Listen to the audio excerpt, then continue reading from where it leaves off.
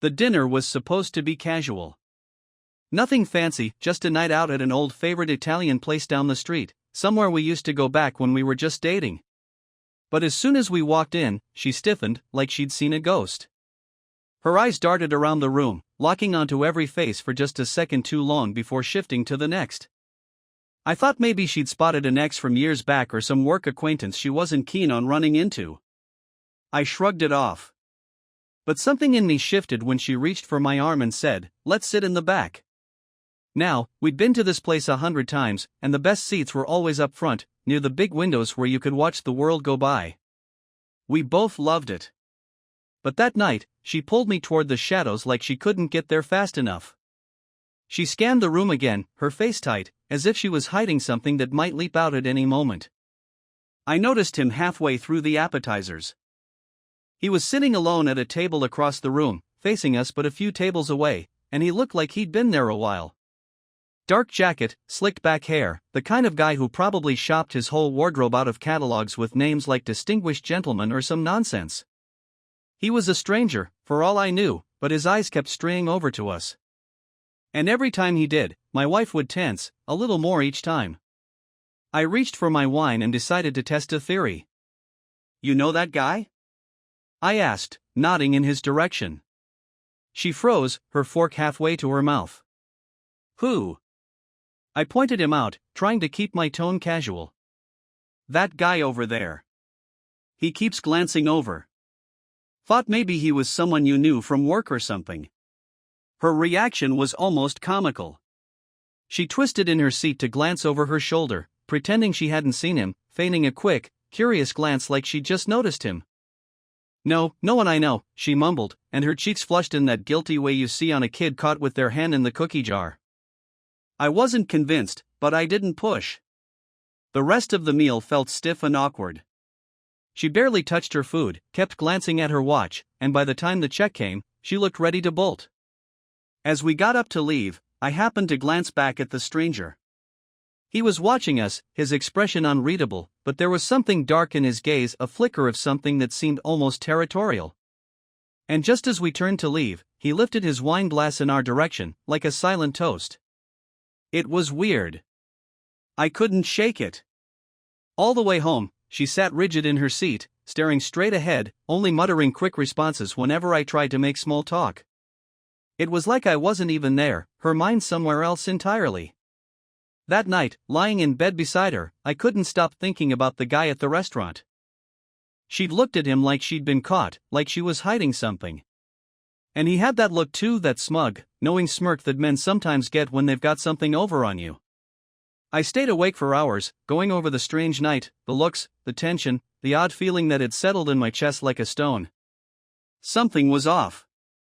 And I didn't know what it was, but I knew it was something. It was 3 days later when everything came crashing down. It happened because I'd gotten home early from work, a random stroke of luck or maybe fate, if you believe in that sort of thing. Normally, my routine was clockwork. Out the door by 7, back by 6. She had her own schedule, so I'd usually come home to an empty house, settle in, and wait for her to get back from whatever meeting she'd started claiming lately. That afternoon, I opened the front door, stepped inside, and immediately sensed something was different. Her car was parked out front, which struck me as odd. She was supposed to be at a meeting across town until 6 or so, same as always. But today, the house was silent. Too silent. Then I heard it. A quiet laugh. Coming from the back of the house, faint but unmistakable. I took a few steps toward the hallway, barely making a sound, heart thumping against my chest so hard it felt like a drumbeat. And there it was again, louder this time, followed by another voice. A man's voice. Every nerve in my body went tight. I moved down the hall, barely breathing, until I got to the door of the guest room. I leaned in close, and through the thin door, I could make out her voice, laughing again, soft and playful in a way I hadn't heard in months. And then his voice, responding in a tone that was all too familiar, one I knew because it was the same way I used to speak to her, back when she still felt like my wife. I didn't know what to do. Part of me wanted to burst in right then, but I couldn't move. It was like my body was frozen in place. So instead, I listened. And I heard every last word, every laugh, every casual endearment he threw her way. It was like a knife twisting deeper with each passing second. Finally, after what felt like hours, I backed away from the door. I couldn't hear any more. I slipped back down the hallway and out of the house without making a sound. I didn't wait long. The next evening, she walked through the front door like nothing had happened. She smiled, kissed me on the cheek like she always did, but this time, that smile felt hollow. I didn't return it. I just stood there, watching her with a look I hoped told her she couldn't keep hiding. She paused, catching my expression, and asked, "Is everything okay?" "Who's he?" I asked, my voice low and cold. Her face went blank, like she didn't understand. "Who?" she replied, putting a hand to her chest, this wide-eyed, innocent look on her face. But she knew.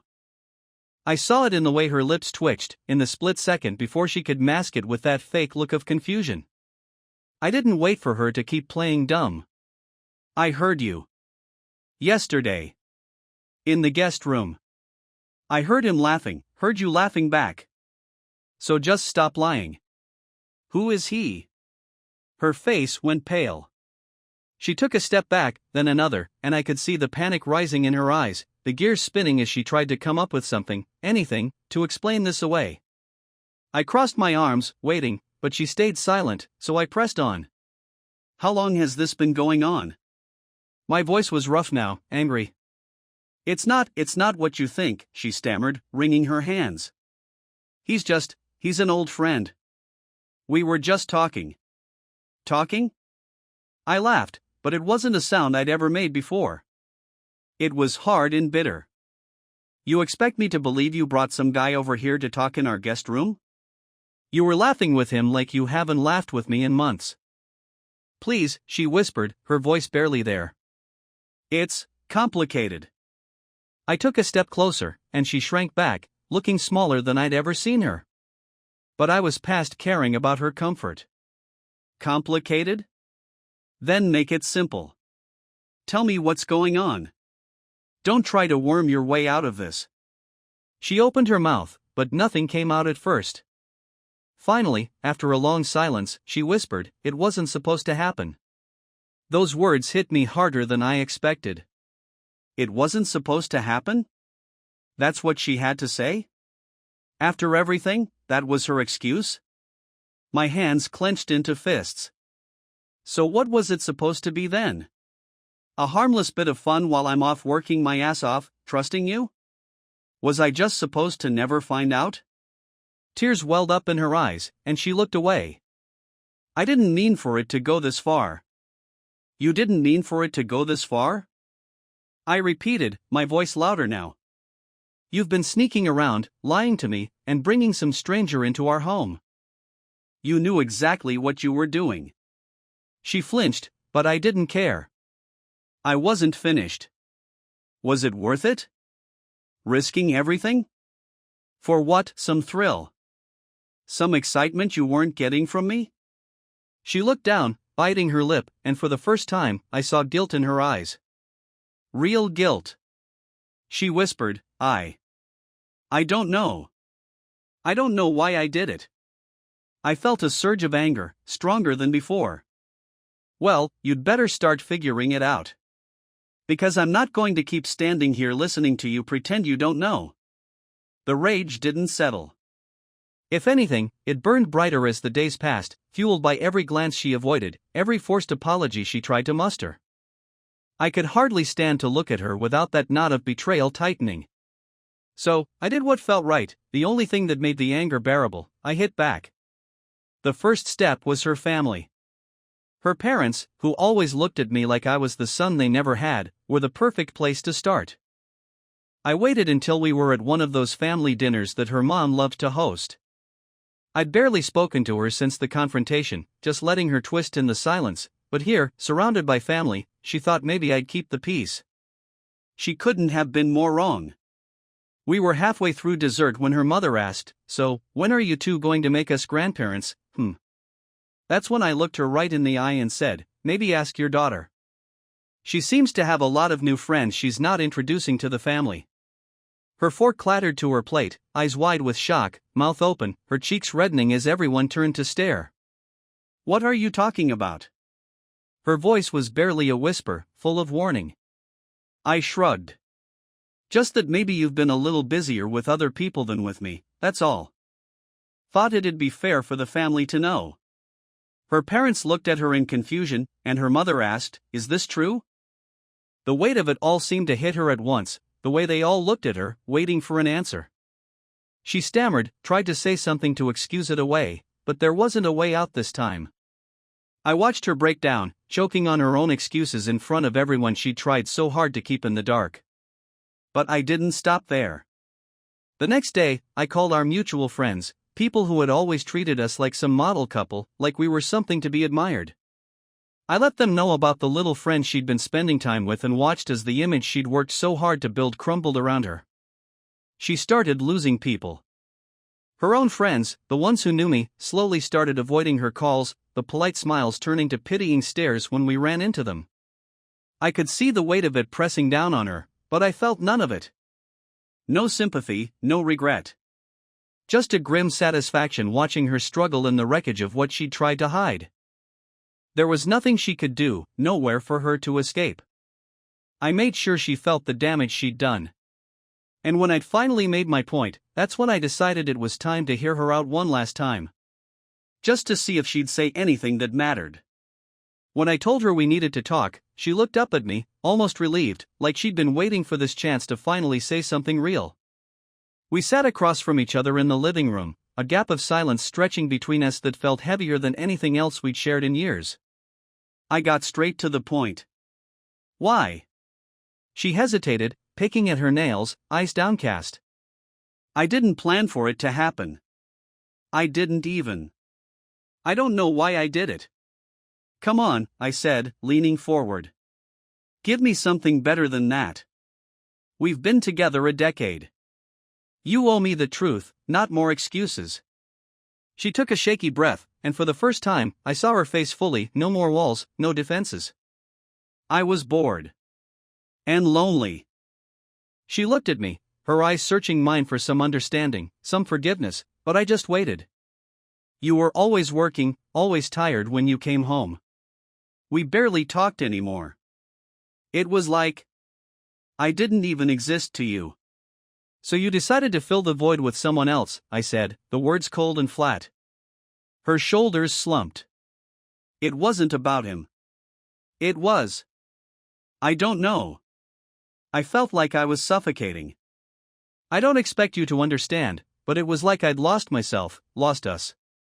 I shook my head. "And this is how you try to find us again? By sneaking around, lying to my face every day?" Tears filled her eyes, but I didn't feel pity. She whispered, "I know I hurt you. I know that. I can't take it back. I know it's unforgivable." I let her sit in the silence for a minute before asking the only question that mattered to me now. "Do you want to fix this? Or are you done?" She looked up, surprised, as if she hadn't expected that from me. "I want to fix it," she said, her voice breaking. "I want us back." Her words hit me harder than I'd expected. There was a part of me, small and buried, that wanted to believe her. But after everything, I didn't know if I could trust it. Trust her. And how do you see that working, exactly? She paused, then looked down, clasping her hands tightly. "I don't know," she admitted, voice small. "But I'd do anything to try. I know I don't deserve a second chance. I know that. But I'd do whatever it takes." For a long time, I just looked at her, trying to remember the person I'd married. The one who'd stood by me through everything, who used to feel like a partner, like someone who'd be there no matter what. But that image felt shattered, like a memory of someone who didn't exist anymore. I didn't know if I could ever look at her the same way again. Finally, I nodded, more to myself than to her. "All right. I'll think about it. But don't expect this to be easy. I'm not sure if we'll ever get back to where we were. If that's even possible." She looked up, and in her eyes, I saw something that looked like hope, fragile but real. Thank you, she whispered. I didn't answer, just stood up and walked away, feeling a weight settle over me. This wasn't forgiveness. Not yet. Maybe not ever. But it was a step, a chance to figure out if there was anything left worth saving, or if this was where our story really ended. A month passed, and I took my time figuring out what I wanted. I didn't forgive her, not really. She apologized, showed up to counseling, even cut off contact with the other guy, everything you're supposed to do to make it right. But none of that erased what happened, none of it removed the ugly truth of what she'd been willing to risk. The feeling stayed, like something was permanently cracked, and every time I looked at her, I saw that night and every lie she told to cover it up. One evening, she sat across from me at the kitchen table, looking exhausted. We'd just finished another counseling session, and I could tell she was waiting, hoping, for a sign that I'd softened. I knew that this, right here, was the time for the final answer. Look, I said finally, breaking the quiet, I've thought about this. I've thought about what you did, what you said since, and what it's done to us. And I don't think we're going to get back to who we were. She looked down, nodding, but I could see her bracing herself. I'm not sure I can ever trust you again, I went on. I tried. I really tried. But I just keep going back to what you chose to do when you thought I'd never find out. And that's not something I can live with. Tears welled up in her eyes, but she didn't interrupt. I could tell she was struggling, holding on to hope. But I wasn't going to pretend for her sake. So I think it's best if we end this. I think it's best for both of us. She started to speak, to protest, but then stopped herself. There was a resignation in her face, a quiet acceptance that, in the end, even her best efforts couldn't undo what had been done. I guess I deserve this, she murmured, her voice shaky. This isn't about what you deserve, I said. It's about what I deserve. I can't keep doing this, constantly questioning everything. That's not a life. Not for me, not for you either. She looked down, taking it in. There wasn't a lot left to say. I could see that reality was sinking in for her, that this was it. We were done. When she finally looked back up at me, her face was calm, the tears gone. Thank you, she said quietly, surprising me. Thank you for being honest. In that moment, we both felt the end. Not some dramatic final scene, no shouting, no blame. Just two people who had reached the end of a long road, both knowing they couldn't go back. I stood up and left the table, the silence of the house closing around me. There was a strange kind of relief in it, knowing I could walk away now, rebuild my life without the weight of suspicion, without the endless cycle of wondering and remembering. I could finally breathe again. Looking back on it now, I don't know what I've learned about marriage or love, or even about betrayal. Maybe it's just that sometimes, people don't turn out to be who you thought they were, and the only real choice is to walk away. I'm not angry anymore, not even hurt. Just ready to leave this part behind and find out who I am without her. For the first time in a long time, that feels enough.